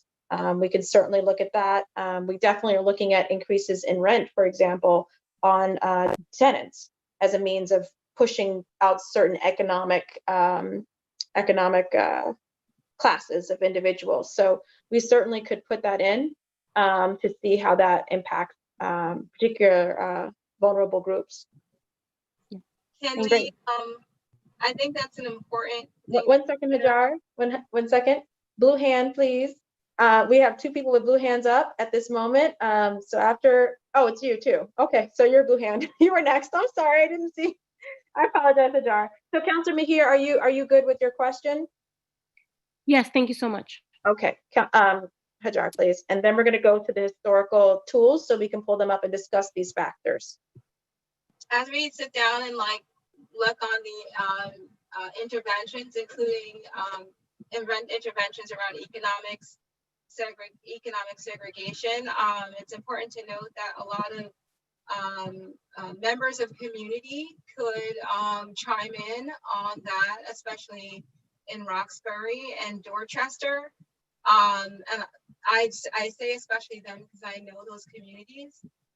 So that's in one space. And then in the second space, I really liked what Councilor Mejia had to say around taxes and affordability. That's definitely a way that displacement happens. And in communities of color where we have a large intergenerational community in terms of homeownership, especially, that's a real concern. Since our new committee isn't designed, the standards by which they would be applying fair housing standards that meet these needs is very important for us to look at, so that interventions are truly going to do what they need to do, or at least start to. Thank you. Thank you. So we are at 3:32 right now, and we have the kind of last group of documents to discuss. If you don't mind, Matthew, I'm going to break it down for folks. Sure. And then if you wanted, you might be on deck to answer some of the questions. But I want folks to understand that there's one example of a displacement risk map that is really from DND, but it's not the exact document that folks should be focused on. There is the project report, displacement project report working draft. There are factors for displacement. And then the working draft for looking at factors for historical exclusion. The goal with these tools is when a developer presents, I'm building at 123 London Street, that they will receive a report that looks within a certain area around them that zeroes in on the demographic and certain displacement factors data around them and historical exclusion data around them. There's also a larger report, kind of a mapping tool that kind of pulls this up as well, that we think it's important to also zoom in and zoom out, because development does happen and has ripple effects. What feeds into those, the zoom in view, are the factors. That list of factors is in the factors for displacement and factors for historical exclusion. Developer of 123 London Street would be getting a report that says, this is what we looked at. The amount of family homes, the amount of the displacement that's going on here, the rent burden, all of these different factors we looked at. This is what you chose to buy into. Good, but not going so well, all of these different things. And this is going to be done by the city, not the developer. So it's just the city is basically breaking it down. Here you go. In and around your project. So if you want to go to that report, again, we'll open that up. It's called Displacement Project Report Working Draft.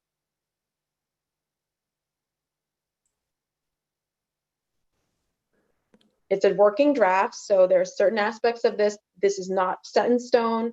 A quarter-mile buffer is just an example of, we needed to, if we're zoning or honing in, we need a certain area at which to look at.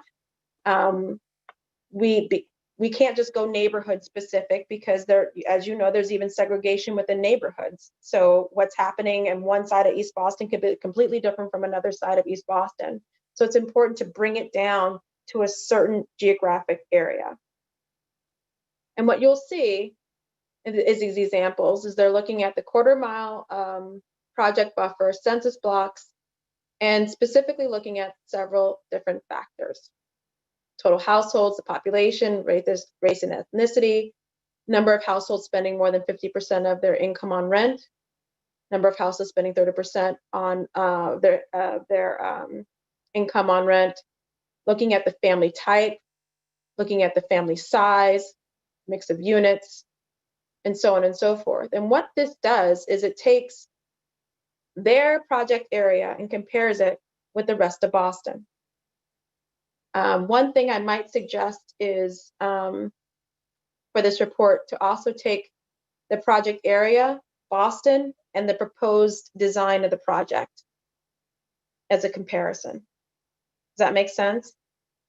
So if we say your project area has 2 or 3 bedrooms or mostly family housing, your project is mostly, just so you can see the difference.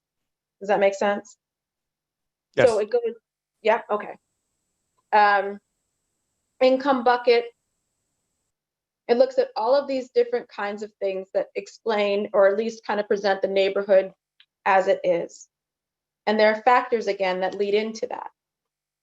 Those factors are on the second document called Factors for Displacement Mapping Working Draft.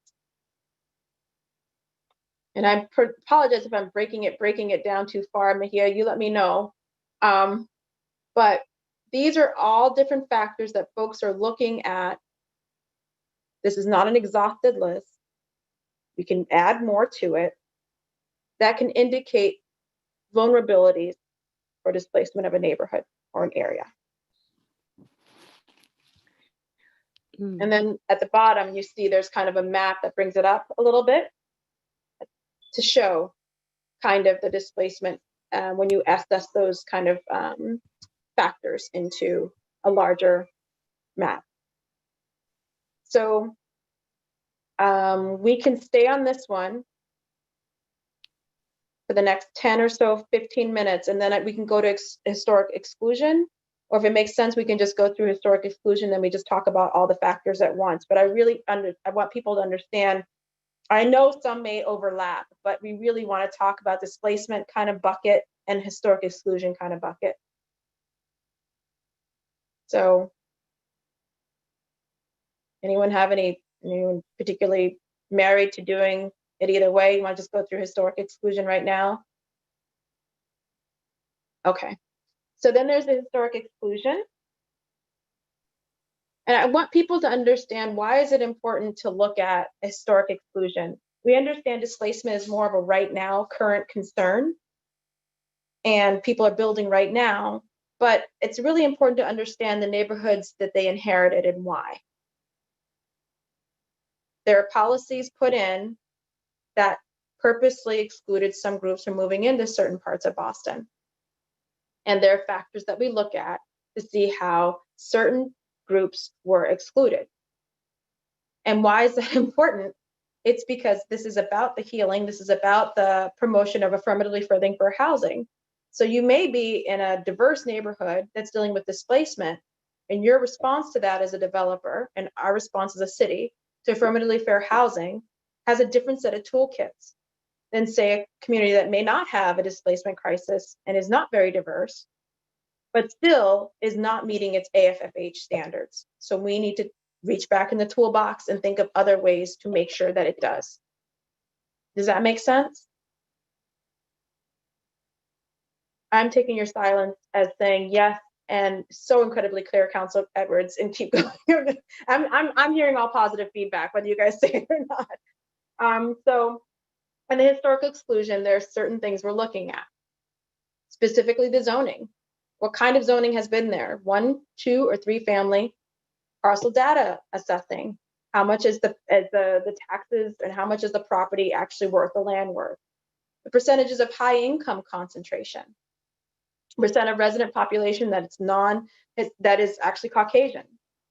A percent of resident population with a BA, educational attainment.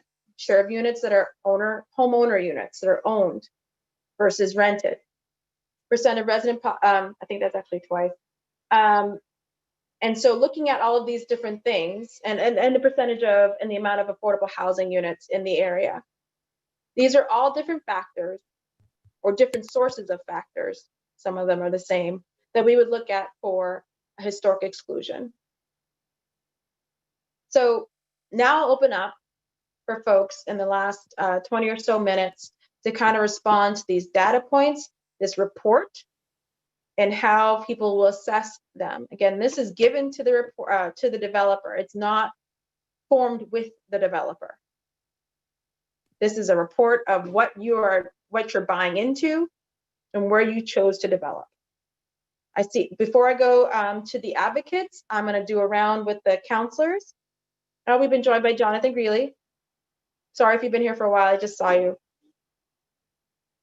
Okay. And so I have 2 hands up. Councilor Mejia, then Councilor Braden, and any other counselors who have questions, and we're going to go right back to the community. Councilor Mejia. Yes, I always like to go after Bach because she always inspires some additional thoughts, but hopefully I can come back again. But I do have a quick question in regards to the demographics.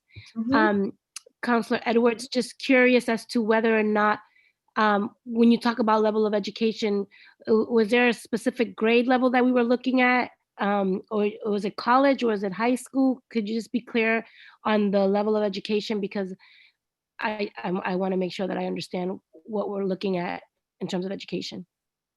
So we're looking at, and this is specifically in the historic exclusion area.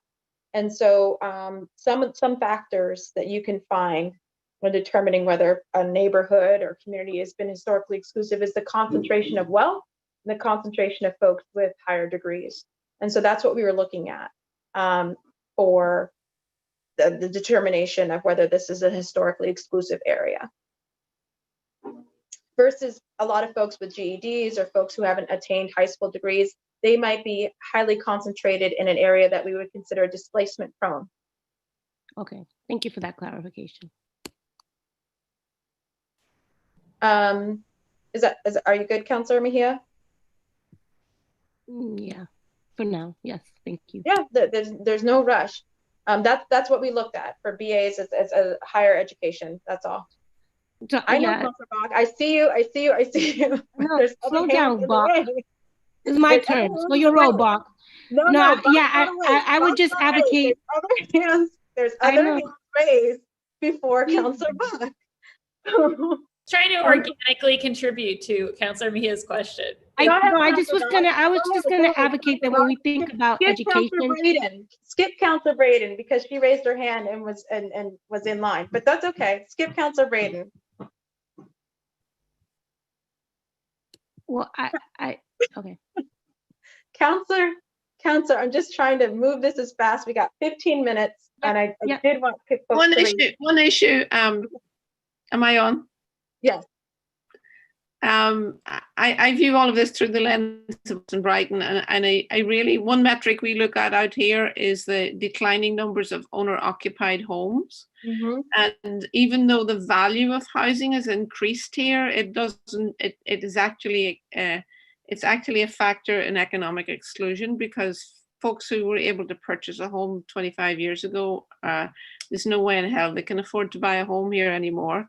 This used to be a working class, middle class neighborhood, and we have a lot of speculative investment in our family homes, and I think that it's a complicated mix. But I think that the home ownership metric is an important thing to look at as well. Mm-hmm. I also feel that economic exclusion, because we have a neighborhood that has a lot of absentee landlords who buy up family homes and rent them out to students who can afford to rent as a group, can afford to pay much more than a family can. We are finding a massively declining number of families in our neighborhood. And those lower income families who are here are having to double up or triple up to be able to afford to live in the neighborhood. The other concern I have is that we are rezoning. I'm thinking also about a displacement of small businesses, maybe in the light industry sector, because we are rezoning areas that would have been places where a small business could have afforded to work and set up, and they are being excluded because our areas that were zoned for light industry are now being developed for more luxury residential. And the people who lived in that area and the people who worked in that area are being moved, are being displaced. So those are all, I don't have good metrics on any of this, but this is just sort of anecdotal observations in the neighborhood. But it is a big concern for me. Those are great options and metrics. I'm sure that we can consider adding the percentage of owner occupied versus, owned but not occupied units. That's hard to track, I know, but it's usually tracked through the taxes, through the tax homeowner tax relief. Then there's also the decreasing number of families as well, like looking at how many percentages of families, not just household size, but how many households have families in them. And then small businesses as well, the displacement of small businesses. So these are all factors that we're asking to be considered.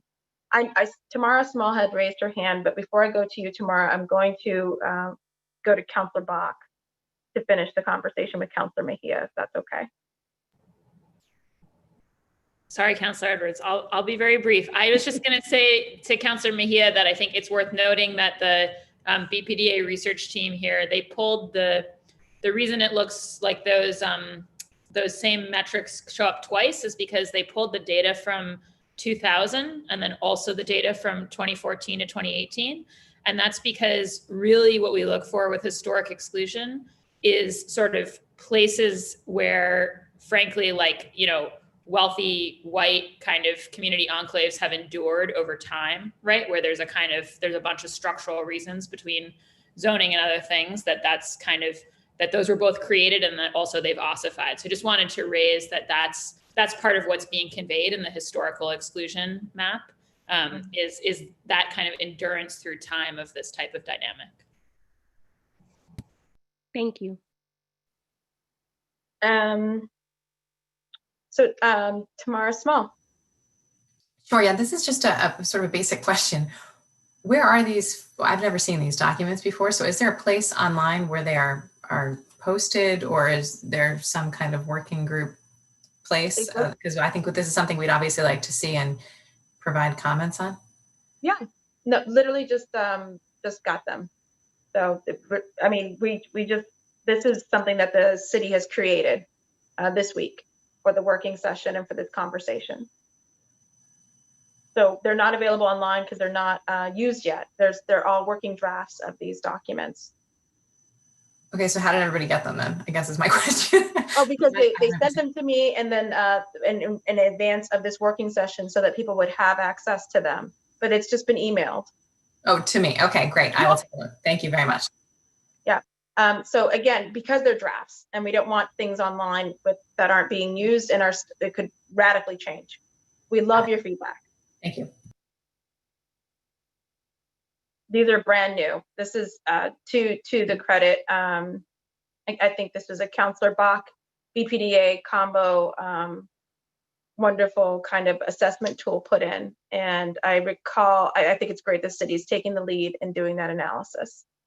I have hands raised from, there's two actually. Oh, no, Margaret Turner. Margaret, go ahead. Yes, thank you. I just wanted to express that this is very wonderful. It's just such tremendous work and thought. The one thing, what I feel is maybe missing in these two great sets of documents, there needs to maybe be a third, which is the question of prospective exclusion, where you're looking at if there's a piece of undeveloped land and there's a development proposal, you know, is there are we setting up a way to analyze that to determine whether the neighborhood or community that is going to be created will be segregated?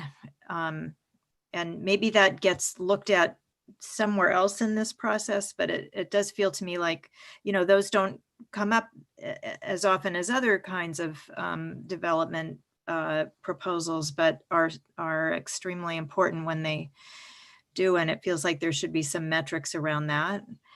Or maybe you would say they're included someplace else, but it feels to me like that's a very important analysis to do.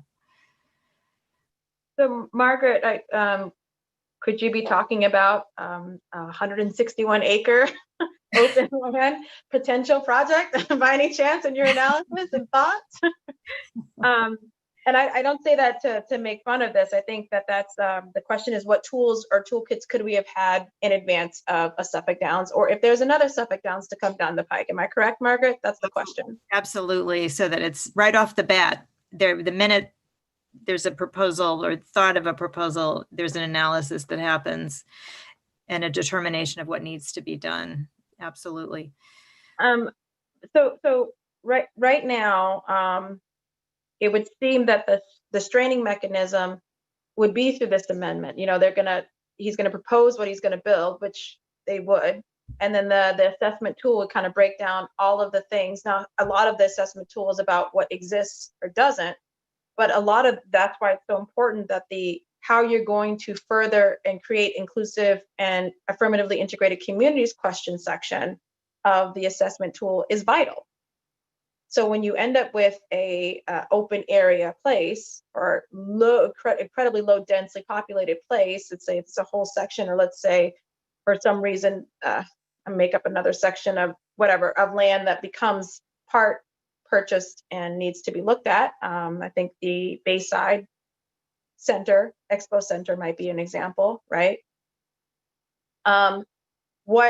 What straining mechanisms are we going to run that assessment through so that the end result is an affirmatively integrated community? And I thought we were doing that through this process and through the amendment design and through these tools. But the question I think you're having is, but these tools only apply if there's people living there now, right? Or they have historic exclusion, right? Right. Would it make sense, and this is my question to the BPDA, to when you have those kinds of commercial developments or flips to residential or new communities, to just expand the circle of your report? To expand the, you know, the report right now is a 1/4 mile. So if you were to expand the circle and look at the entire, I don't know, the area and do an historically exclusion and exclusive and, you know, displacement risk for the entire, or for a larger area around it. That's one question. Does it make sense to kind of just be as creative as possible right now and come up with minimum zoning that affirmatively furthers housing on those kind of empty, large opportunities? You just get ahead of it and go ahead and write it down. If in the rare event or in the time where we have X over a certain amount of size and there's nobody living there, or it's commercial and there's no one, you know, it's just buildings, but they're not residential, wouldn't it be great, or would it make sense for the BPDA to just go ahead and get ahead of it and say, like, as Councilor Bach is proposing, it's 20% from jump, it's all these different things, because there's nobody here. We can actually be more aggressive with the zoning to affirmatively further for housing. So we can certainly look at that. This is this is all really, really great feedback and great input.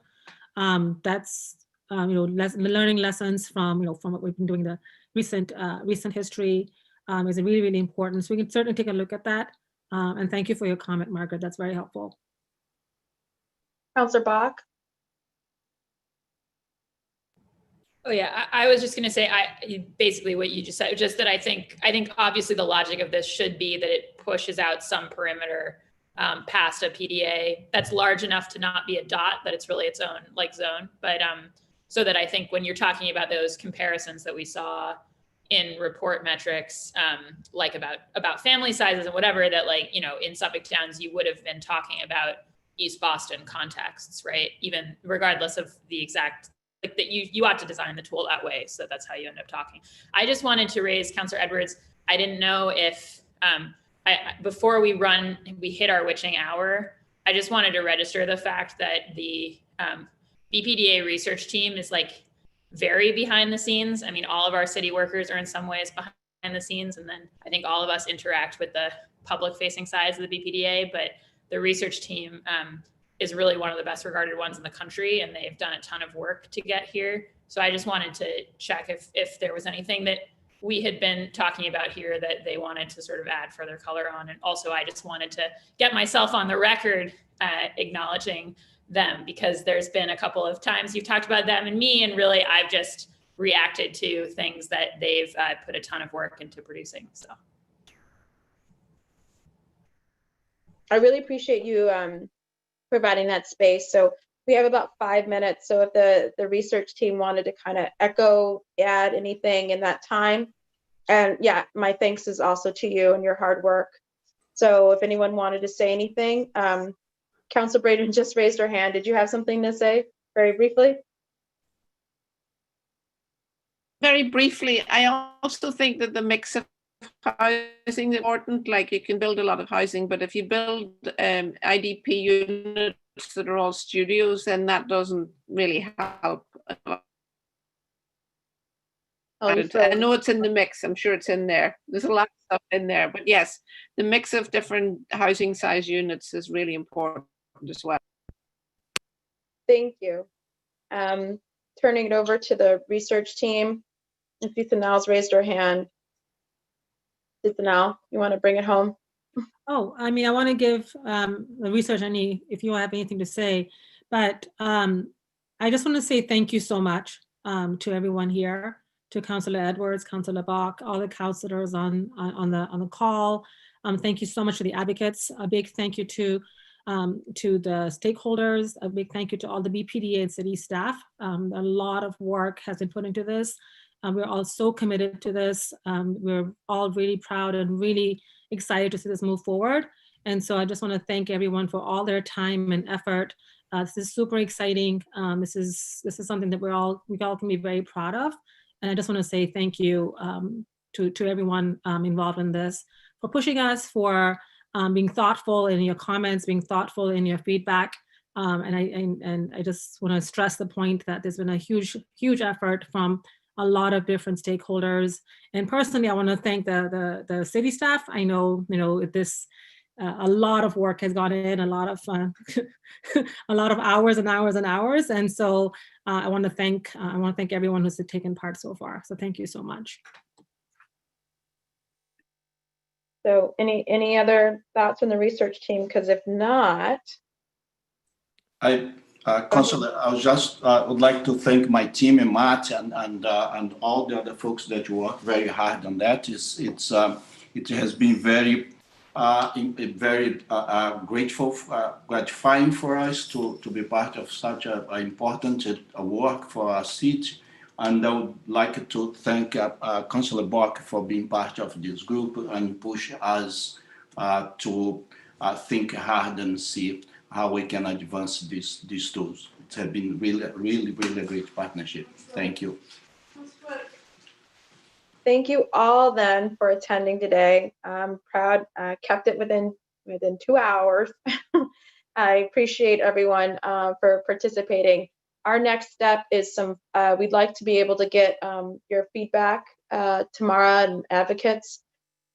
And ultimately, we'll present then what we think is the best draft that balances in all interests, but affirmatively furthers fair housing. And so, and then that draft we will pass through the city council, and then the BPDA will present to the board for vote, and then to the commission. So thank you all. Have a good day. Bye. Thank you, Madam Chair. Thank you. Thank you all. I appreciate you having us and listening. Thanks. Bye.